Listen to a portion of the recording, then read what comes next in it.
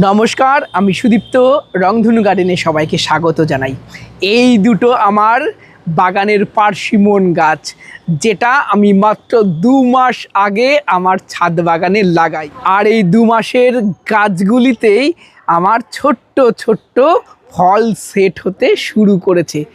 একটি short video আমি upload করেছিলাম, দেখিয়েছিলাম আপনাদেরকে এই পার্সিমন গাছগুলো। অনেকেই জানতে চেয়েছিলেন কোথা থেকে নিয়েছেন, কি ভ্যারাইটি, সমস্ত কিছুই আজকের প্রতিবেদনে আমি শেয়ার করব। তার আগে চলুন, যখন আমি অনলাইনে গাছগুলো নিই, আমি এই পার্সিমন গাছগুলো তো নিয়েছিলাম, এর সাথে আরও দুটো গাছ আমি নিয়েছিলাম।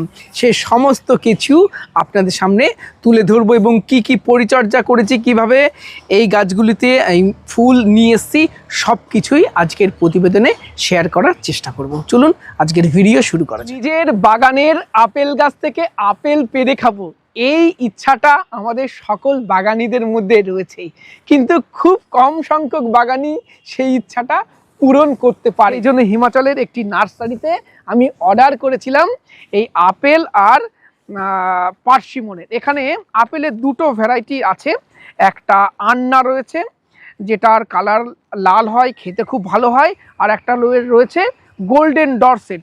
গোল্ডেন ডরসেট কিন্তু অবশ্যই আপনার বাগানে রাখতে হবে।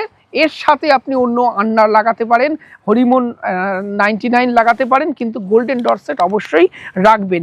আর এর সাথে এই দুটো গাছ, যেটা দুটো হলো পার্সিমনের গাছ, এটা ফুও ভ্যারাইটি। ফুও ভ্যারাইটিটা খেতে ভালো হয়, ভিতরে সিডলেস হয় এবং এটা একটু ওয়ার্ম ওয়েদারেও সাকসেস হয়। আমি দেখেছি বাংলাদেশের বেশ কিছু জায়গায় এই ফুও ভ্যারাইটিতে ফল আসতে। চলুন এবার ওরা কিভাবে পাঠিয়েছে সেটা একটু দেখাই, আর কিভাবে পরিচর্যা করব সেই বিষয়গুলো একটু আপনাদের সাথে শেয়ার করছি। এই হিমাচলের এই নার্সারিগুলো গাছ গরমের সময় পাঠায় না, এরা এই শীতকালেই আপেল হোক, পার্সিমন হোক, এগুলো বেয়ার রুট করে পাঠায়। কোকোপিট দিয়ে এরা পাঠিয়েছে, এই দেখুন, এই কোকোপিট দিয়ে ওরা পাঠিয়েছে। কোকোপিটে এখন গাছগুলো বেশ বড়ই পাঠিয়েছে। কোকোপিটের মধ্যে দেখতে পাচ্ছি এই পার্সিমনের রুটগুলো বেশ ভালোভাবে গেলেও এই আপেলের রুটগুলো বেশ ড্রাই হয়ে গেছে। আমি এখনই নার্সারির নাম করছি না, আগে গাছে ফল আসুক, সাকসেস হই, তারপরে কোথা থেকে কালেক্ট করেছি নিশ্চয়ই আপনাদেরকে জানাবো। এখন যেটা আমাদেরকে করতে হবে, চলুন দেখে নেওয়া যাক।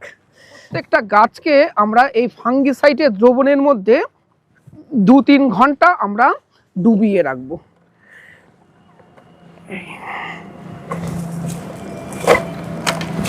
গাছগুলো অনেক দূর থেকে এসছে, আমরা গাছগুলোকে আপাতত এই ফাঙ্গিসাইডের দ্রবণের মধ্যে ডুবিয়ে রাখবো 2-3 ঘন্টা। তারপরে গাছগুলিকে আমরা রিপোর্ট করব। এই আপেল এবং পার্সিমনের গাছগুলিকে আমি 2-3 ঘন্টা ফাঙ্গিসাইডের দ্রবণে ডুবিয়ে রেখেছিলাম। এবার এই গাছগুলিকে আমরা রিপোর্ট করব। ওরা দেখুন রুট কিন্তু প্রচুর রেখেছে, ওরা পাতাগুলো ফেলে দেয়, বেয়ার রুট করে আমাদেরকে পাঠায়, এবং শীতের সময় ওরা বেয়ার রুট করলেও এরা কোকোপিট দিয়ে পাঠায়, তো খুব বেশি সমস্যা হওয়ার কথা নেই। আশা করা যায় গাছগুলিকে আমরা সারভাইভ করাতে পারবো। এর জন্য এবার আমরা মাটিটা আগে থেকে তৈরি করে নিয়েছিলাম। মাটি তৈরির সময় মাথায় রাখতে হবে এই গাছগুলো যেখানে হয় সেখানের মাটি অ্যাকচুয়ালি কী থাকে। সেখানে হিমাচল প্রদেশে যেগুলো প্রচুর পরিমাণে চাষ হয় এই পার্সিমন বা আপেল, সেখানে কিন্তু নুড়ি কাঁকড়ে মাটি থাকে, অর্থাৎ জল বেশি হলেও সমস্যা হয় না, কারণ ওয়েল ড্রেন সয়েল হয় নুড়ি কাঁকড়ে মাটিগুলো। আমরাও এখানে তাই করেছি। আমরা এখানে নিয়েছি 70% বেলে দোআঁশ মাটি। শুধু দোআঁশ মাটি নিলে হবে না, একদম গার্ডেনের ব্যবহৃত মাটি নেবেন না, নতুন মাটি নেবেন, বেলে দোআঁশ মাটি নেবেন।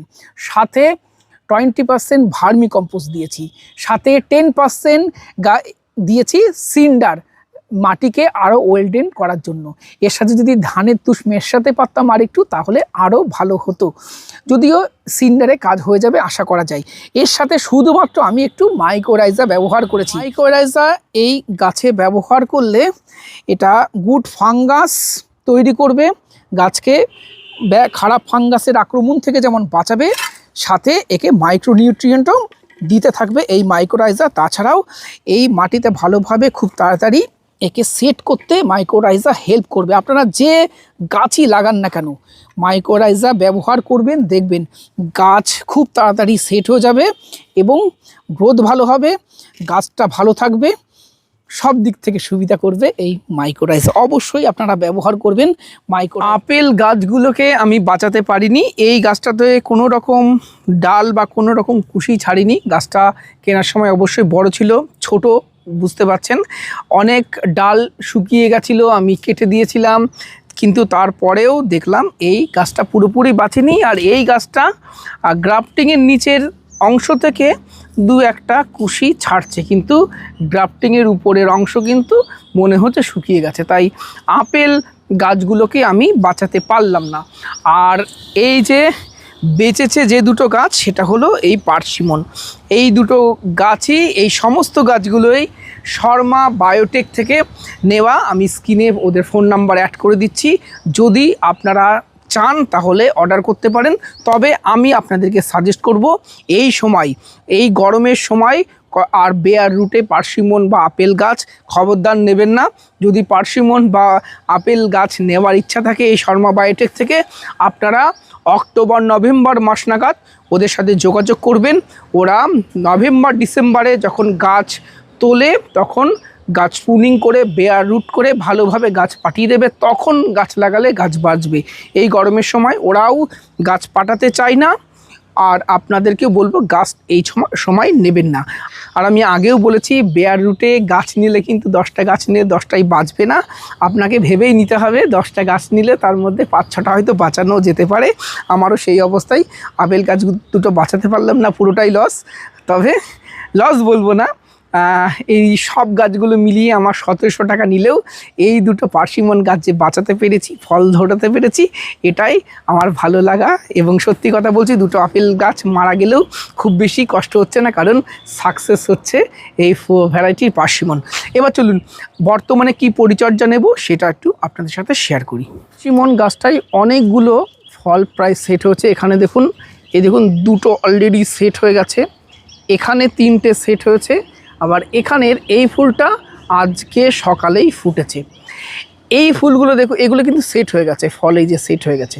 আমি যেটা করি, ফুল যখন ফোটে সেই দিন সকালবেলা এটা করতে হবে, বিকেল বা দুপুরের দিকে করলে কিন্তু হবে না। এই দেখুন, এই ফুলে আমি একটু এই তুলি বুলিয়ে দিই, অর্থাৎ পলিনেশন করে দিই।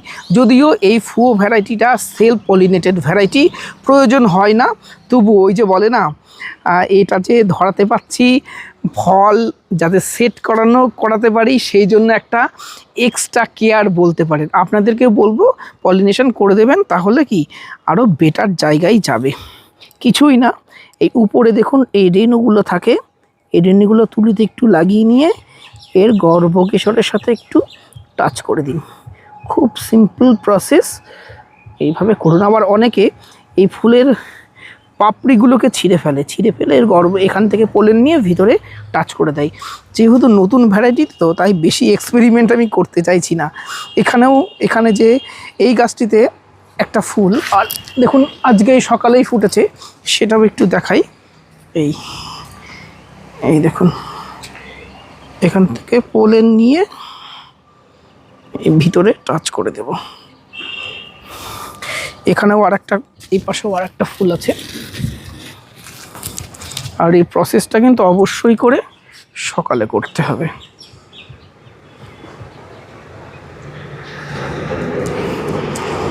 আর এখানে দেখুন, এগুলো কালকে করে দিয়েছিলাম, দেখুন এইটা কিন্তু সেট হয়ে গেছে। এবার এটাই আজকে ফুটেছে, এই ফুলটা।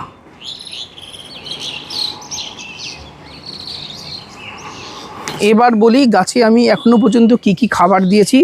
যখন দেখলাম গাছে নতুন কুশি বেরিয়ে ছোট্ট ছোট্ট ফুল আসতে শুরু করেছে, তখন আমি গাছে একবার স্প্রে করেছিলাম 05234, তার সাথে বোরন।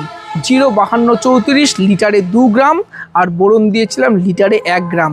এই দিয়ে আমি গাছটিতে ভালোভাবে স্প্রে করে দিই, এবং এই স্প্রেটা আমি 7 দিনের গ্যাপে 2বার স্প্রে করেছিলাম। তারপরে এখনও পর্যন্ত আমি কোনো খাবার দিইনি। এই ছোট্ট ছোট্ট ফলগুলো যখন সম্পূর্ণ সেট হয়ে যাবে, এখানে আরও কিছু ফুল আছে, এই ফুলগুলো যখন সেট হয়ে যাবে, ফলে পরিণত হবে ছোট ছোট, তখন আমি গাছে ভারী খাবার একবার দেব। ভারী খাবার দেব আমি দেব একটা মিক্সড ফার্টিলাইজার গাছে দেব, যার মধ্যে থাকবে ভার্মি কম্পোস্ট, সাথে সামান্য হাড়গুঁড়ো শিংকুচি। অবশ্যই টোটালটা ডিকম্পোস্ট করার পরে তারপরে দেবো। আমার ডিকম্পোস্ট করা ফার্টিলাইজার রয়েছে, সেটা দিচ্ছি। যদি কারো কাছে ডিকম্পোস্ট করা ফার্টিলাইজার না থাকে তাহলে দেবেন না, অনলি ভার্মি কম্পোস্ট দেবেন। আর সাথে আমি প্রত্যেকটা গাছে 1 চামচ করে 10-26-26 এবং 1/2 চামচ করে টাটা ধ্রুবি গোল্ড, এই দুটো সার আমি দুটো গাছেই দেব। এবার বলি গাছের সবথেকে গুরুত্বপূর্ণ জিনিস, এই পার্সিমন কিন্তু কখনোই এই ফুল যখন আসবে তখন থেকে কখনোই একদম মাটি শুকিয়ে ফেলা যাবে না। হালকা হালকা ময়েস্ট ভাব থাকতে থাকতেই গাছে আবার জল দিতে হবে। সব সময় মাটিটা যেন ময়েস্ট ভাবটা থাকে, বেশি জল দিলেও হবে না, কিন্তু ময়েস্ট ভাবটা এই টবের মাটিতে রাখতে হবে। আর আমি একটা কাজ করি, আমি এই গাছগুলিকে দুপুরের কড়া রোদ থেকে একটু বাঁচিয়ে রাখি। চেষ্টা করি গাছগুলিতে সকালের রোদটা এবং পড়ন্ত বিকালের রোদটা দিতে। এই সময় গাছগুলিতে সম্পূর্ণ সকালের টাইমটায় রোদ লাগে, দুপুরের এই 12টা 1টা 2টো এই 3 ঘন্টার ডাইরেক্ট রোদটা আমি গাছগুলিতে এমন জায়গায় রাখি সেখানে ডাইরেক্ট রোদটা পড়ে না। তবে একদম শেডের মধ্যে রাখলেও কিন্তু গাছগুলো হবে না। এই সামান্য সামান্য বিষয়গুলো যদি একটু মেনটেন করতে পারি আমরা, তাহলে হয়তো পার্সিমনটা আমাদের ওয়েদারে এই ভ্যারাইটিটা সাকসেস হবে। যদিও পার্সিমন তো আমি এর আগে করিনি, এর সম্বন্ধে বিশদে জানতে আমাদেরও কিছুটা সময় লাগবে। যত টাইম যাবে এর সম্বন্ধে আরও বেশি জানবো, এবং যখনই জানবো অবশ্যই আপনাদের সাথে শেয়ার করব। আর আপনারা যারা পার্সিমন লাগাতে চান, আমি বলবো প্যানিকগ্রস্ত হয়ে আমি কিনেছি সাকসেস হয়েছি বলে এখনই পারচেস করবেন না। আপনারা পারচেস করবেন অক্টোবর-নভেম্বরের দিকে। এই স্ক্রিনে আমি ফোন নাম্বার দিয়ে রাখছি, ফোন নাম্বারটা সেভ করে রাখুন। আপনারা এই শর্মা বায়োটেক থেকে নিতে পারেন। এবং সবথেকে ভালো লেগেছে, ওরা বেশ ভালো কোয়ালিটি মানের এই পার্সিমন গাছটা অন্তত পাঠিয়েছে। দুটো গাছই যথেষ্ট ম্যাচিওর এবং মোটা, এবং গ্রাফটিং এরিয়া দেখুন, এই গ্রাফটিং এরিয়া থেকে অন্তত 1.5-2 বছরের গাছ উপরে, যতটুকু আমার দেখে মনে হলো। তবে আপেল গাছ দুটো বাঁচাতে পারলাম না, এটাই হলো দুঃখ। যাই হোক, আজকের ভিডিও আমরা এখানে শেষ করছি। ভিডিওটা কেমন লাগলো কমেন্ট করে জানাবেন। ভিডিওটি ভালো লাগলে একটি লাইক করবেন, নতুন হলে চ্যানেলটি সাবস্ক্রাইব করে রংধনু গার্ডেনের সাথে থাকবেন। নমস্কার।